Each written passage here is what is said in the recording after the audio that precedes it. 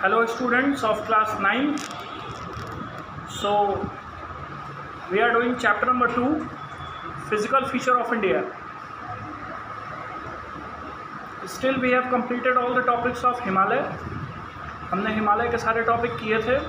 The origin of Himalaya, characteristics and features of Himalayas, division of Himalaya. There were two types of division, if you remember, north to south and west to east. And third division was north eastern Himalaya और पूर्वोत्तर और Purvanchal Himalaya.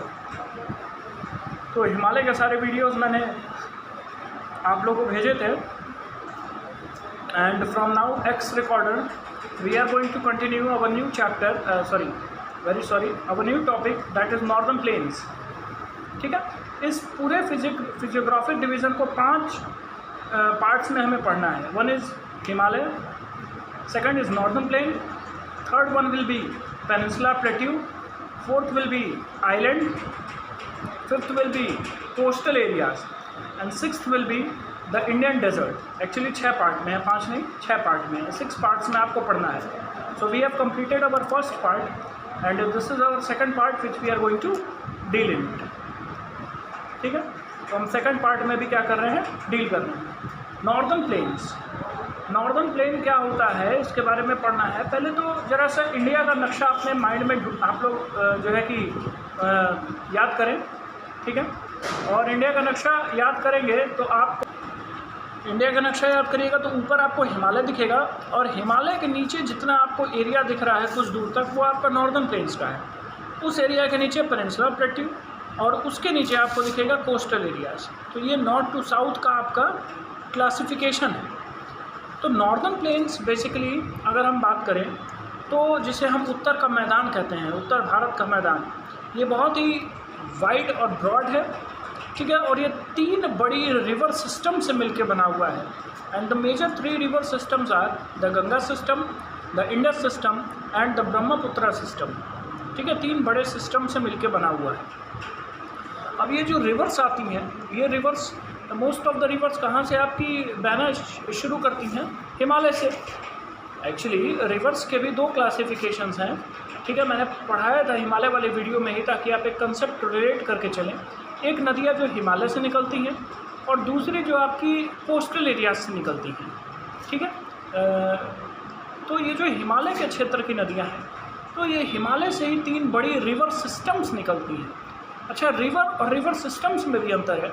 River system का मतलब which is carrying more rivers या plenty of rivers in it, that is called river system. और river का मतलब एक सिंगल नदी. तो the Ganga system, the Indus system, the Brahmaputra system. अब गंगा रिवर में बहुत सारी रिवर्स हैं. बहुत सारी रिवर्स का मतलब ये है कि बहुत सारी रिवर्स आके गंगा रिवर को कनेक्ट करती हैं. और जो रिवर्स आके गंगा रिवर को कनेक्ट करती है या जो छोटी नदी आके बड़ी नदी को कनेक्ट करती है, उन रिवर्स को हम सहायक रिवर कहते हैं, सहायक नदी कहते हैं हिंदी में, और इंग्लिश में इसे हम ट्रिब्यूटरी कहते हैं. आई होप आपको चीज़ें क्लियर हो रही होंगी.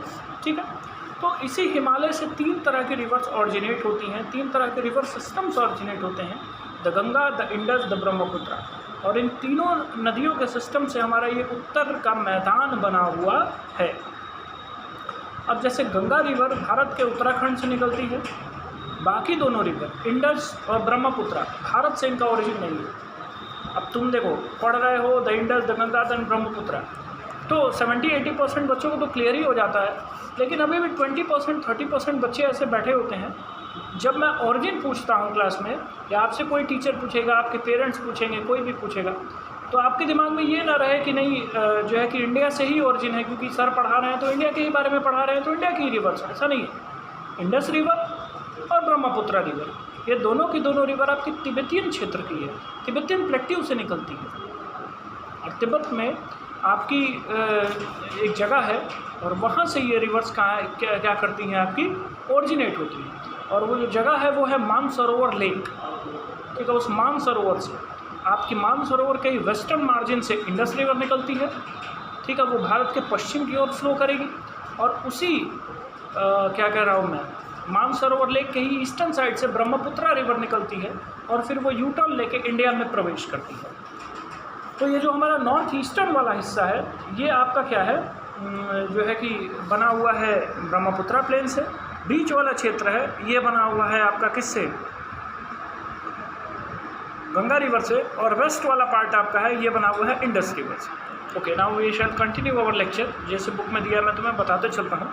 The northern plain has been formed by the interplay of three major river systems, the Indus, Ganga, Brahmaputra, along with their tributaries. There are बेटा along with their tributaries, यानी कि सिर्फ ये नदियाँ के ही कारण नहीं, इनके साथ जो ट्रिब्यूटरी है उससे भी मिलके बना हुआ है।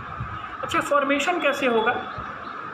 फॉर्मेशन का मतलब ये है कि जब ये नदियाँ पहाड़ों से निकलती हैं हिमालय से, तो वो नॉर्थन प्लेन तक आते आते तक अपने क्षेत्र हिमालय में नॉर्थ टू साउथ में 3 डिविजन्स हैं basically, greater Himalaya, middle Himalaya और शिवालिक। तो जब ये शिवालिक के क्षेत्र को क्रॉस करके नीचे आती है तो जितने भी कंकड़, पत्थर, मिट्टी, अवसाद, बालू, जो भी ये सारी चीज़ें लेके आती हैं वो एक जगह पे ये आपका इकट्ठा करना शुरू करती हैं। और कई हज़ार सालों से ये प्रोसेस चले आ रहा है कि जो ये रिवर्स हैं जब ये बह के हिमालय के क्षेत्र से आती हैं तो अपने साथ सेडिमेंट्स, अपने साथ अवसाद इकट्ठा करती हैं, और इन अवसादों को क्या करती हैं नॉर्दर्न प्लेन्स पे लाके इकट्ठा करती हैं। ठीक है, और वहाँ पे धीरे धीरे लंबे समय तक वो रिवर्स उन अवसादों को इकट्ठा करती हैं, और वही एरिया आपका क्या है, प्लेन एरिया हो गया, नॉर्दर्न प्लेन्स का एरिया हो गया। हालांकि उसमें भी वेरिएशंस हैं रिलीफ फीचर्स के, मैं आगे बताऊंगा आपको, लेकिन वो आपका एरिया क्या होगा, प्लेन एरिया होगा, उसी को हम नॉर्दर्न प्लेन कहते हैं। The deposition of alluvium in the vast basin lying along the foothill of the Himalaya over the million of years form the fertile plain. देखिए वही चीज़ ये लाइन में बता रहा है जो मैंने आपको बताया कि हिमालय के फुटहिल्स पे, फुटहिल्स का मतलब ये है कि जैसे जहाँ पे हिमालय ख़त्म हो रही है उन क्षेत्रों पे, तो हिमालय ख़त्म आपकी नॉर्थ टू साउथ में शिवालिक के बाद होगी। ग्रेटर हिमालय ऊपर रहता है, ग्रेटर हिमालय में आपके जैसे काराकोरम क्षेत्र वगैरह है, लद्दाख है, झांसकर है, नुब्रा, वो सारे क्षेत्र हैं। इसके बाद मिडिल हिमालय, हिमाचल प्रदेश वाला, उत्तरांचल वाला, और उसके बाद नीचे आपका शिवालिक का क्षेत्र है। यहाँ भी उत्तरांचल के आपको क्षेत्र दिख जाएंगे। तो वो जो आपका शिवालिक है, शिवालिक के बाद आपका जो क्षेत्र शुरू होता है वहीं पे आके रिवर्स अपने डिपोजिशन को जमा करती हैं, कलेक्ट करती हैं।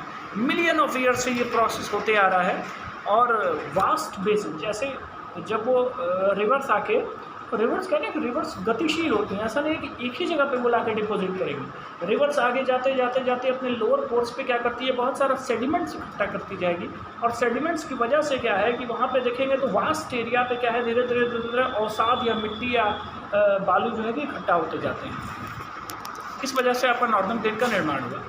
It spreads over an area of 7 lakh square kilometre. Underline कर लीजिएगा कि 7 लाख स्क्वायर किलोमीटर तक नॉर्दर्न प्लेन फैला हुआ है। ठीक है, फ्रॉम वेस्ट टू ईस्ट। अब ये शुरू कहाँ से होगा आगे मैं बताऊंगा, अभी बस मैं तुम्हें ज़रा सा एक हिंट दे देता हूँ। ये आपका वेस्ट पंजाब के प्लेन से शुरू होता है इंडिया में, और सीधे नॉर्थ ईस्ट तक चला जाता है, असम तक। आगे देखिए, the plane being about 2400 km long and 240 to 320 km broad is a densely populated physiographic division। कुछ याद आया? क्या बता रहा है? the plane being a 2400 km long, northern plain कितना लंबा है? 2400 किलोमीटर। और अगर मैं तुम्हें डेटा याद दिलाऊं तो हिमालय भी कितना लंबा था? 2400 किलोमीटर ही लंबा था।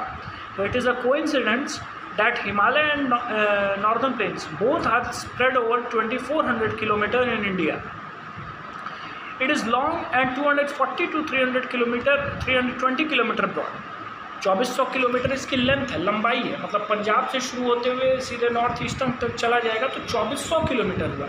240 से 320 ब्रॉड का मतलब ये वाइडर है, यानी 240 से 320 का मतलब ये है कि 240 किलोमीटर चौड़ाई से लेके और धीरे धीरे इसकी चौड़ाई बढ़ते हुए 320 किलोमीटर तक जाती है। It is densely populated physiographic division. इसका क्या मतलब है? डेंसली पॉपुलेटेड मतलब कि there are massive population which is living in this area. Uttar Pradesh, Bihar, Bengal, Assam, Madhya Pradesh, Punjab, Haryana, Delhi, Punjab, Rajasthan, ये जितने स्टेट्स के मैंने नाम लिए, ये सारे के सारे स्टेट्स आपकी जो है कि नॉर्दर्न प्लेन्स के अंतर्गत ही आता है। तो आप समझ सकते हैं कितने स्टेट्स। उत्तर प्रदेश, ठीक है, इतना बड़ा क्षेत्र, बिहार भी बड़ा क्षेत्र है, फिर बंगाल, असम, ये ईस्टर्न साइड तक के स्टेट हो गए। पीछे आइए नीचे, मध्य प्रदेश, सेंटर में, मध्य प्रदेश हमारा पूरा भारत का सेंटर में स्टेट है। ज़रा सा ऊपर नॉर्दर्न की ओर आएंगे तो आपका हरियाणा है, ठीक है, पंजाब है नॉर्थ वेस्ट में, ठीक है, दिल्ली है, ठीक, और फिर वेस्टर्न साइड में जाएंगे तो गुजरात और राजस्थान। ये इतने स्टेट आपके नॉर्दर्न प्लेन्स के स्टेट्स। तो क्या क्या पढ़ा? नॉर्दर्न प्लेन को हिंदी में हम क्या कहते हैं? उत्तर का मैदान। बहुत ही विशाल मैदान है, 7 लाख स्क्वायर किलोमीटर तक फैला हुआ है, 2400 किलोमीटर इसकी लेंथ है। It is 240 to 320 kilometre broader, ठीक है। It starts from the foothills of Himalayas. It means where Himalaya ends there northern plains get started, ठीक है। ये चीज़ें दी हुई हैं। मिलियन ऑफ ईयर से ये प्रोसेस चल रहा है कि नदियाँ आती हैं अपने जो है कि लोअर कोर्स पे डिपोजिशन जमा करती हैं, सैंड, सेडिमेंट्स, क्ले, मिट्टी, ये सारी चीज़ें जमा करती हैं, जिससे क्या बनता है? वो एक एरिया बन जाता है, डेंसली पॉपुलेटेड है, यानी बहुत सारी पॉपुलेशन यहाँ निवास करती है। देश की मैक्सिमम पॉपुलेशन कह सकते हैं कि नॉर्दर्न प्लेन्स में ही लाई करती है। With a rich soil covered combined with adequate water supply and favorable climate, it is agriculturally a very productive part of India. क्या बता रहा है कि ये इतने सालों तक नदियों के द्वारा जो सॉइल यानी कि मिट्टी जमा की गई है, ये आपकी खेती करने में बहुत सहायक होती है। साथ में adequate water facility, water supply भी अच्छा है नॉर्दर्न प्लेन्स में, और क्लाइमेट भी इतना फेवरेबल है कि एग्रीकल्चर के लिए नॉर्दर्न प्लेन से बेस्ट प्लेस आपको इंडिया में नहीं दिखेगा। So it is very famous and very popular area for agriculture also. नीचे देखेंगे, देखिए एक नॉर्दर्न प्लेन्स की आपको पिक्चर दिखाई दे रही है कि नहीं? हमारे आपके आसपास गांव में जो आपको खेत दिखते हैं वो सारे नॉर्दर्न प्लेन्स ही हैं। हम नॉर्दर्न प्लेन पे ही रहते हैं, ठीक है।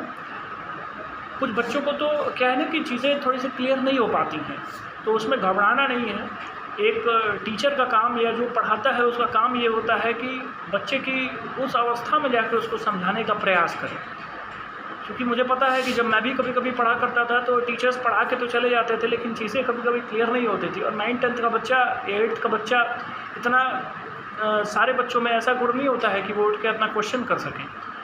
तो इसीलिए मैं तुम्हें याद दिला दे रहा हूँ, बहुत बेसिक चीज़ बता रहा हूँ, ठीक है। हो सकता है कुछ जो स्टूडेंट्स वो हंसे भी बातों को सुन के जो मैं बताने जा रहा हूँ, लेकिन कुछ बच्चों का कंसेप्ट बड़ा अच्छा क्लियर हो जाता है इससे। प्लेन एरिया, नॉर्दर्न प्लेन्स का मतलब कि जो हमारे आसपास तुम्हें देखने को मिल रहा है, प्लेन एरिया में ही रहते हैं। खेत देखोगे प्लेन एरिया में, जहाँ तुम क्रिकेट खेलते होगे वो प्लेन एरिया है कि नहीं? जहाँ पे ये जितने भी रोड्स, ट्रांसपोर्ट आपको देख रहे हैं, ये प्लेन एरियाज़ हैं, है कि नहीं? Agricultural sites. अब ये यहीं पे माउंटेन कह देता है, तो माउंटेन में क्या है? आपका ट्रायंगुलर शेप बनेगा, ठीक है ना। जैसे मैथ्स में आप ट्रायंगल पढ़ते हैं, ट्रायंगुलर शेप का वो माउंटेन होगा। अच्छा, ट्रायंगुलर शेप का अगर ना हो लेकिन हाइट ज़्यादा हो और फिर ऊपर पत्थरनुमा संरचना बना हो, ठीक है, तो उसे क्या कहते हैं? प्लेट्यू कहते हैं। That will be called plateau. Okay, what is coast? Coast का मतलब होता है तट, किनारा। That is called coastal area. जैसे रिवर के साइड में, नदियों के जस्ट बगल में जो लैंड मास का एरिया होता है उसे हम कोस्ट कहते हैं, कोस्टल एरिया कहते हैं, तटीय क्षेत्र कहते हैं, ठीक है। तो ये छोटे छोटे डिफरेंसेस होते हैं जो तुम्हें जानने ज़रूरी हैं, ताकि बच्चों को क्लियर होगा, लेकिन किसी किसी को नहीं क्लियर होगा, तो ताकि हम रिलेट करें। प्लेन का मतलब ये कि प्लेन एरिया, ये नहीं कि नॉर्दर्न प्लेन आ गया तो रटना चालू कर दें। आप एक बार मीनिंग समझ लेंगे कि आपको चीज़ें ऐसे ही क्लियर हो जाएंगी। और कुछ चीज़ें हैं जिससे रिलेट कर सकते हैं कि सॉइल बड़ा अच्छा है। अच्छा, सॉइल क्यों अच्छा होगा? क्योंकि वो हिमालय से नदियाँ इकट्ठा करके ला रही हैं, तो वो उपजाऊ मिट्टी होती है, और उपजाऊ मिट्टी पे ही खेती अच्छी होगी। अच्छा, क्लाइमेट का भी बहुत बड़ा रोल है, क्योंकि चूँकि भारत में, अब आगे हम क्लाइमेट चैप्टर आप में है, 4th चैप्टर, वो जब हम पढ़ेंगे तो आपको चीज़ें क्लियर होंगी कि कैसे मौसम परिवर्तित होता है। लेकिन बहरहाल अगर देखेंगे तो रफ आइडिया आपको तो होगा ही होगा कि 4 तरीके के मौसम पड़ते हैं, है कि नहीं? बेसिकली तो 3 तरह के ही हैं, विंटर है, समर है और रेनी सीज़न है। एक स्प्रिंग सीज़न भी कह सकते हैं कि है, लेकिन 3 सीजन्स में क्लासीफाइड करें तो भारत में ठंडी भी पड़ती है, गर्मी भी पड़ती है और मानसून भी आता है। और अलग अलग क्लाइमेट से अलग अलग एग्रीकल्चरल क्रॉप्स प्रभावित होते हैं। इस वजह से ही ड्यू टू क्लाइमेट और due to weather the agriculture is done. Likewise, जैसे गर्मी में क्या है कि बहुत ज़्यादा धूप पड़ती है कि नहीं? बहुत ज़्यादा धूप पड़ेगा यानी टेम्परेचर ज़्यादा होगा, ठीक है। और टेम्परेचर अगर ज़्यादा हो तो हम उस समय किस चीज़ को सोन करेंगे, किसको बोएंगे? उस समय हम व्हीट को बोते हैं, ठीक है ना। उस समय हम राइस को बोते हैं।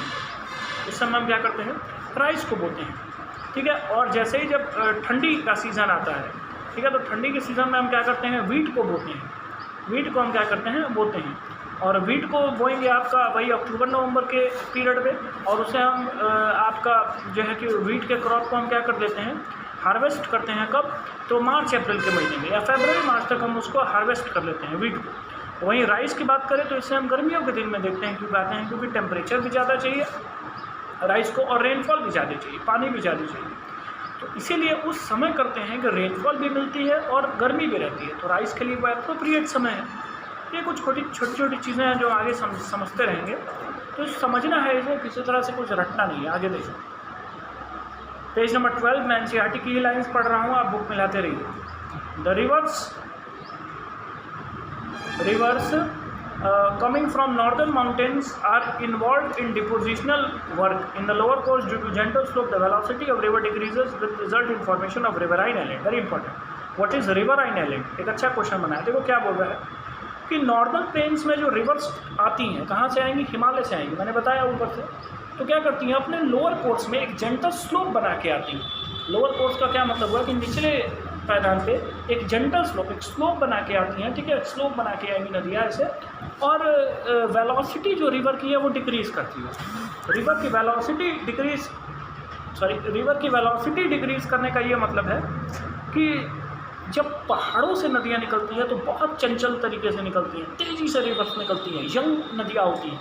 लेकिन नॉर्दर्न प्लेन्स में आते आते तक रिवर्स की वेलोसिटी कम हो जाती है, वो धीरे धीरे बहना चालू करती हैं, ठीक है। तो कभी कभी क्या होता है कि जैसे रिवर बह रही है, ठीक है, बात समझ में आ रही है मेरी, रिवर्स क्या कर रही है, बह रही है। मैं तुम्हें ज़रा सा बना के दिखा देता हूँ रिवराइन आइलैंड का मतलब हम कैसे इसको क्लियर करेंगे तो चीज़ें क्लियर हो जाएंगी।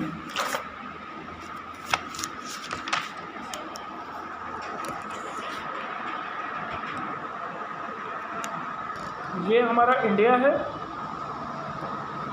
ठीक है, ये आपकी हिमालयज हैं, माउंटेन एरिया, और यहाँ से आपकी रिवर्स आती हैं नॉर्दर्न प्लेन्स। ये आपका नॉर्दर्न प्लेन है, कौन सा, ये वाला क्षेत्र नॉर्दर्न प्लेन है, ठीक है, this is northern plains NP.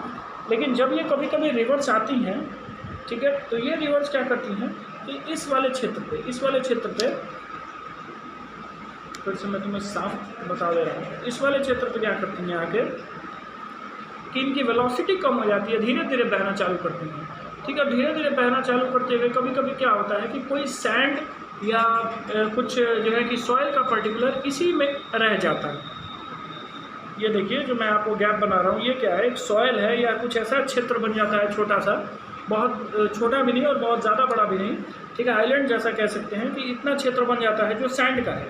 और फिर ये पानी ज़रूर आता है, लेकिन ये पानी इस सैंड के एरिया को जो है कि क्या कहते हैं कि काट के आगे नहीं चला जाएगा, ये इस सैंड के एरिया से बगल से ही निकलने लगता है, बगल से निकलने लगता है, यानी कि इस सैंड में इतनी मजबूती आ जाती है कि अब ये खुद को आइलैंड का रूप ले लेता है।